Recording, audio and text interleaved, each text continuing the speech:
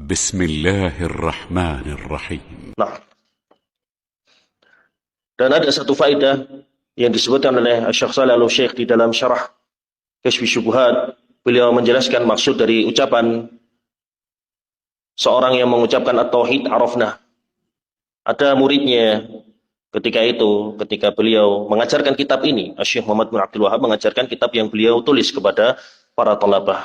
Ketika selesai, kemudian beliau berazam untuk mengulanginya lagi, membaca lagi. Maka sebagian muridnya mengatakan at-tauhid arafna. Ya Syekh, tauhid dah faham kita. Taib. Beliau tidak langsung membantah, beliau tidak langsung menyanggah ucapan muridnya, tapi beliau ingin membuat tes secara tidak langsung. Taib, besok nandur, kita besok lihat. Ketika beliau datang di majelis, beliau membawakan sebuah masalah. Yaitu, saya di jalan tadi melihat ada orang yang menyembelih kambing, kemudian darahnya disebar di sekitar rumahnya. Kemudian para thalabah reaksinya dingin, biasa saja.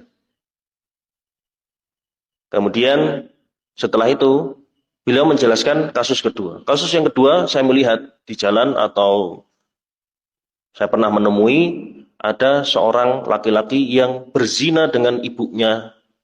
Lalu sontak para thalabah reaktif, mengingkari dengan sangat. Maka seketika itu barulah Syekh rahimahullah ta'ala mengatakan berarti antum-antum nggak tahu tauhid.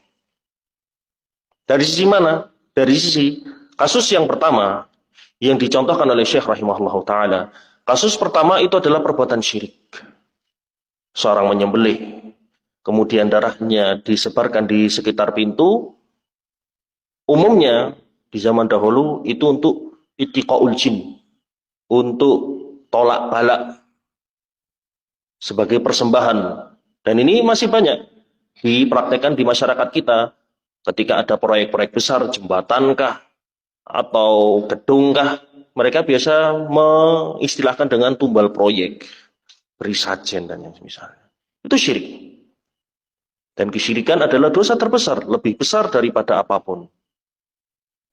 Namun kasus kedua, naam, seorang berzina itu dosa yang sangat besar, bahkan dia menzinai ibunya sendiri, waliyadzubillah. Selain dia melakukan dosa zina, dia uququl walidain.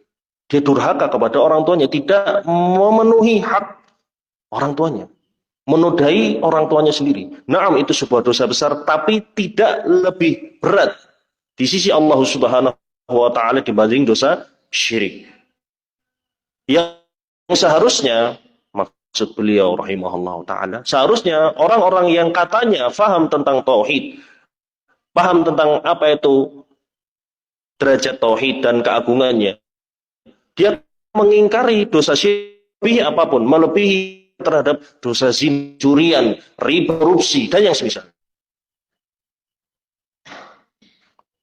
Maka setelah itu muridnya terdiam dan membenarkan apa yang dikatakan oleh Syekh rahimahullahu ta'ala. Nah, sehingga maksud dari kisah ini, penjelasan ini sebagai bayan betapa pentingnya untuk kita selalu belajar, selalu murojaah, selalu mengulangi dan selalu mempelajari masailut tauhid wal aqidah, terutama fi hadhihi al-azminah al-akhirah, di mana yang namanya kesyirikan dibalut dengan bungkus islami. Betapa banyak praktek-praktek kesyirikan namun dianggap oleh masyarakat bukan kesyirikan. Hal yang biasa, bahkan itu dianggap sebagai amal soleh. Waliyadzubillah. Dianggap sebagai budaya, tradisi. Dan tidak seharusnya kolot seorang mengingkari hal-hal yang seperti itu. وَمَا أَرْسَلْنَا مِن قَبْلِكَ مِن رَّسُولٍ إِلَّا نُوحِي